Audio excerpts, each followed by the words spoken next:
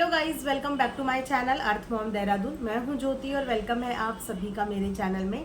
सो आज ये एक रिएक्शन वीडियो तो मैं नहीं बोलूंगी, बट एक अपडेट वीडियो ज़रूर आप सबके लिए बोल सकती हूँ। और उम्मीद करती हूँ कि आप लोग वीडियो को देखेंगे और कमेंट सेक्शन में पॉजिटिव कमेंट करेंगे। आपको क्या कमेंट करना है ये मैं वीडियो के एंड में आप सबको बताऊंगी भी। बहुत छोटा सा वीडियो है, लेकिन मैं उम्मीद करती हूँ कि आप इस वीडियो को पूरा ज़रूर देखेंगे। सो बेसिकली ये वीडियो मैं आज बना रही हूँ सरिता जी एंड जेठू भैया के लिए। रीज़न बिहाइंड कि देखिए, व्लॉगर्स और रिएक्शन चैनल वालों का ना एक रिलेशन होता है, खट्टा मीठा रिलेशन। कभी ऊपर जाता है, कभी नीचे जाता है, बट हेट जैसा साइन और हेट जैसी फीलिंग्स कभी किसी के दिल में किसी के लिए नहीं होती, जहाँ तक मेरा अभी तक का भी एक्सपीरियंस हुआ है। खट्टा मीठा हम लोगों का रिश्ता होता है, लेकिन जब जब कोई इंसान एक बैड फेज से गुजर रहा है, उस समय पे हर कोई यहाँ पे यूनाइट होकर उनके लिए प्रेयर भी करता है, उनके दुख में दुखी भी होता है और अपना कंट्रीब्यूशन भी देता है। तो सरिता जी का मैंने इससे पहले वाला व्लॉग भी देखा था, बट मैंने उस टाइम पे वीडियो नहीं बनाया था क्योंकि मैं चाहती थी कि वो अपने एंड पे एक पूरी अपडेट के साथ हमारे सामने आए, ताकि हमें एक ट्रांसपेरेंसी मिले। आज भी वो अपना एक व्लॉग लेके आई जहाँ पे उन्होंने बहुत सारी चीज़ें क्लियर करी हैं और साथ में वो बहुत ज़्यादा इमोशनल हो रही थी। सो एक ह्यूमन ग्राउंड पे एक मोटिवेशनल वीडियो ये समझ लीजिए, या एक अपडेट वीडियो ये समझ लीजिए, मैं अपनी साइड से अपना एक कंट्रीब्यूशन देना चाहती हूँ।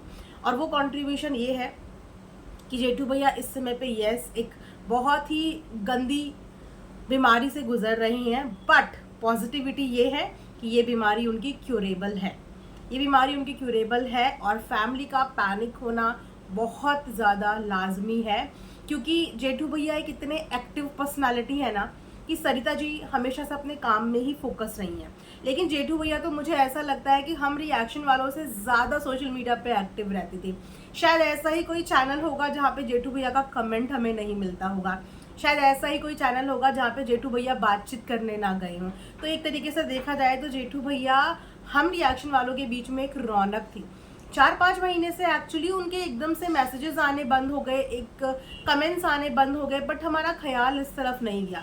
हमने सोचा कि शायद कंट्रोवर्सी की वजह से हो सकता है कि उन्होंने जो वो उनकी आदत थी लिखने की, उनको लिखने का बहुत शौक था, वो हर जगह पे उनके कमेंट पाए जाते थे, मिलते थे, जिसकी वजह से वो कई बार ट्रॉल भी हुए। लेकिन वो ना एक बहुत ही स्ट्रेट फॉरवर्ड इंसान थे। अगर उनके मन में कोई फीलिंग आ रही है, उनको किसी का वीडियो कैसा लग रहा है, वो वहाँ जहाँ के अपना सीधा फीलिंग्स एक्सप्रेस कर देते थे। लेकिन पिछले 3-4 महीने से वो एक्चुअली सोशल मीडिया से डिसअपियर हुए थे। और सरिता जी ने भी बहुत व्लॉगिंग अपनी कम कर दी थी, मतलब ना के मात्र वो व्लॉग बनाती थी, बाकी वो अपने इंस्टाग्राम पे जो उनका काम है वो काम वो करती थी, लेकिन वो व्लॉग्स नहीं बना रही थी। लेकिन व्लॉग्स ना बनाने के पीछे एक इतना बड़ा रीज़न हो सकता है, ये हमने आइडिया भी नहीं लगाया था, ये हमने सोचा भी नहीं था। आज जब सरिता जी का वीडियो देखा तो पता चला कि जेठू भैया पिछले 4-5 महीने से इस पेन को सफ़र कर रहे हैं। और जो लोग इस एक्सपीरियंस से निकल के आ चुके हैं, आज मेरी कुछ लोगों से इसके रिगार्डिंग बात हुई, क्योंकि जब हम कोई चीज़ सोशल मीडिया पे देखते हैं तो अपने अंदर भी एक क्यूरोसिटी होती है जानने की, इंसान भी जानने की कोशिश करता है कि ये क्या हुआ, चलते फिरते इंसान को एकदम से ये कैसी चीज़ हो गई, इसके बारे में ये क्या हुआ। तो जिन लोगों ने ये चीज़ें एक्सपीरियंस करी है, मैंने उनसे बात करी and thank you so much कि उन्होंने ये सब चीज़ें मुझे बताई। और बताने के बाद मुझे भी थोड़ा सा रिलीफ मिला, क्योंकि सरिता जी की ऐसी हालत और जेठू भैया की ऐसी हालत लिटरली मुझसे भी बिल्कुल नहीं देखी जा रही थी। और उनका व्लॉग देखते हुए मेरी भी आंखों से आंसू गिर गए थे। लेकिन फिर जब मैंने बात करी किसी से जो इन चीज़ों के बारे में नॉलेज रखते, तो उन्होंने उन दी ने मुझे काफ़ी मोटिवेट किया इस चीज़ के बारे में। उन्होंने मुझे काफ़ी जानकारी दी, जो मैं डेफिनेटली यहाँ पे अपनी वीडियो के माध्यम से शेयर भी करना चाहूँगी। तो सरिता जी के हिसाब से जो जेठू भैया हैं, उनको जो डायग्नोज हुआ है वो हुआ है टीबी उनको डायग्नोज हुआ है, बोन का, बैकबोन का बेसिकली उनका। और उन्होंने एग्जैक्टली बताया कि उनके पेट दर्द से ये चीज़ शुरू हुई थी। तो ये जो डिजीज़ है ना, ये जो बीमारी है, ये ब्लड के थ्रू ही ट्रैवल करती है।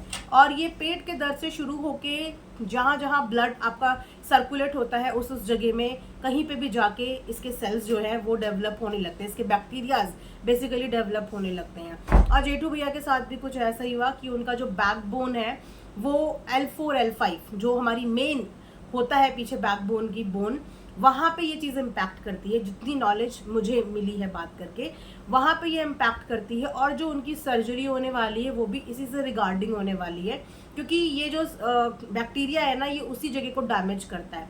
और डैमेज करने के बाद इसका जो सर्जरी है वो नहीं इसलिए ज़रूरी होती है क्योंकि वहाँ पे फिर रॉड डाल के उस डैमेज को रिकवर किया जाता है। ये ट्रीटमेंट लंबा होता है, 6-7-8 महीने का होता है, लेकिन क्यूरेबल है ठीक से अगर सब ये सर्जरी हो जाए, क्योंकि इस सर्जरी को एक्सपर्टीज ही सक्सेसफुली हैंडल कर सकता है। और सबसे बड़ी बात है कि ये डायग्नोज पहले पता ही नहीं चलता, बहुत मुश्किल से इस डायग्नोज के बारे में पता चलता है। शायद इसीलिए इसके डायग्नोज के लिए सरिता जी औरों को भी बहुत टाइम लग गया कि कोई डॉक्टर इस बीमारी को पकड़ ही नहीं पाया। और जब तक ये बीमारी 4-5 महीने में पकड़ में आई तब तक जेठू भैया की हालत बहुत ज़्यादा ख़राब हो चुकी थी। यस, इनिशियली डेज में जेठू भैया की भूख भी बिल्कुल ख़त्म हो सकती है जब तक उनकी इस चीज़ की मेडिसिन चलेगी, उनकी हंगर बिल्कुल ख़त्म हो सकती है, लेकिन जैसे ही ये क्योर होना शुरू हो जाएगा उनकी वापस से एपेटाइट भी चेंज हो जाएगी और उनकी बॉडी में चेंजेस भी विजिबल नज़र आएंगे। फिलहाल 5-6 महीने तक उनको थोड़ा सा स्ट्रगल इस चीज़ के लिए करना पड़ेगा, चलने में उन्हें अभी वक्त लगेगा क्योंकि हमारी रीढ़ की हड्डी ही हमारे नीचे के लोअर पार्ट से पूरी की पूरी अटैच होती है, जिसकी वजह से उनको चलने फिरने में बहुत प्रॉब्लम हो रहा है। और मैं इस समय पे सरिता दीदी की भी फीलिंग्स को समझ सकती हूँ क्योंकि एक वाइफ की पूरी डिपेंडेंसी होती है अपने हस्बैंड के ऊपर, चाहे वाइफ कितनी भी अर्निंग हो। और यहाँ पे जेठू भैया का तो बहुत मेजर रोल है पूरे के पूरे घर को चलाने में, वो बहुत एक्टिव है इन सब चीज़ों के मामले में और हमेशा हमने उनको हंसते मुस्कुराते हुए भी देखा है। जितने लोगों से मैंने इस एक्सपीरियंस के बारे में बात करी ना, सब बता रहे थे कि ये बहुत पेनफुल होता है। अब आप ये सोचिए कि अगर आपके शरीर का एक हेयर लाइन फ्रैक्चर हो जाए वो भी कितना पेनफुल होता है। तो यहाँ पे तो L4 L5 की बात चल रही है जो कि डैमेज हो जाती है, तो वो जो पेन होता है वो अनबियरेबल होता है। आई डोंट नो कि 4 महीने किस तरीके से जेठू भैया ने इस पेन को हैंडल किया। और दीदी बता भी रही थी कि वो रोए भी नहीं, इस तरीके से उन्होंने पेन को हैंडल किया। और आज भी अपने लिए और ऑडियंस के लिए अपनी एक अपडेट देने के लिए कि ऑडियंस घबराए ना, जो उनको प्यार करते हो पैनिक ना हो, वही सरिता दी को बोल रहे हैं कि बराबर मेरी अपडेट देते रहो।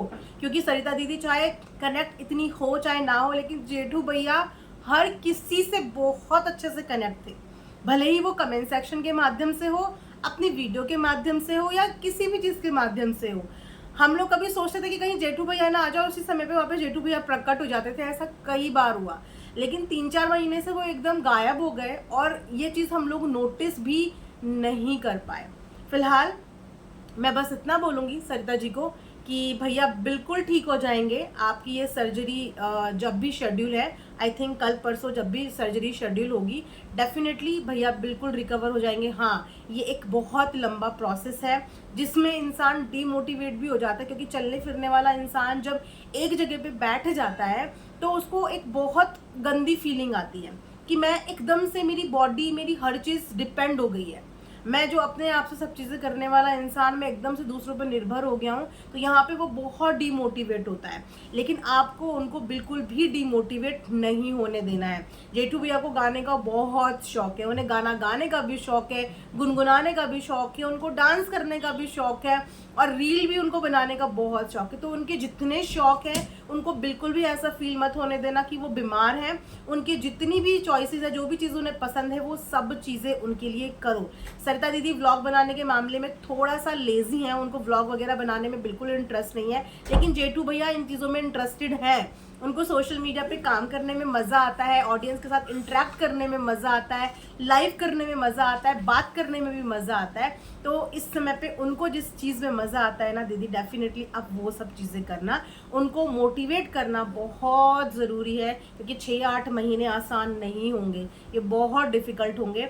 और इस डिफ़िकल्ट टाइम पे एक पार्टनर से बड़ा सपोर्ट और कुछ नहीं हो सकता। और रही बात हम सब ऑडियंस की, हमारी प्रेयर्स और हमारा सपोर्ट और हमारा मोटिवेशन हमेशा जेठू भैया के साथ है। हम आज भी अपने चैनल पे वेट करेंगे कि हमारी वीडियो के नीचे जेठू भैया का कमेंट आए और भैया बोले कि राम राम।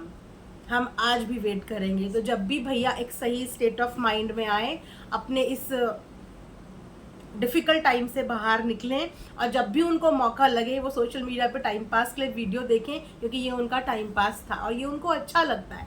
वीडियो देखना अच्छा लगता है, रील्स देखना अच्छा लगता है, कमेंट करना अच्छा लगता है।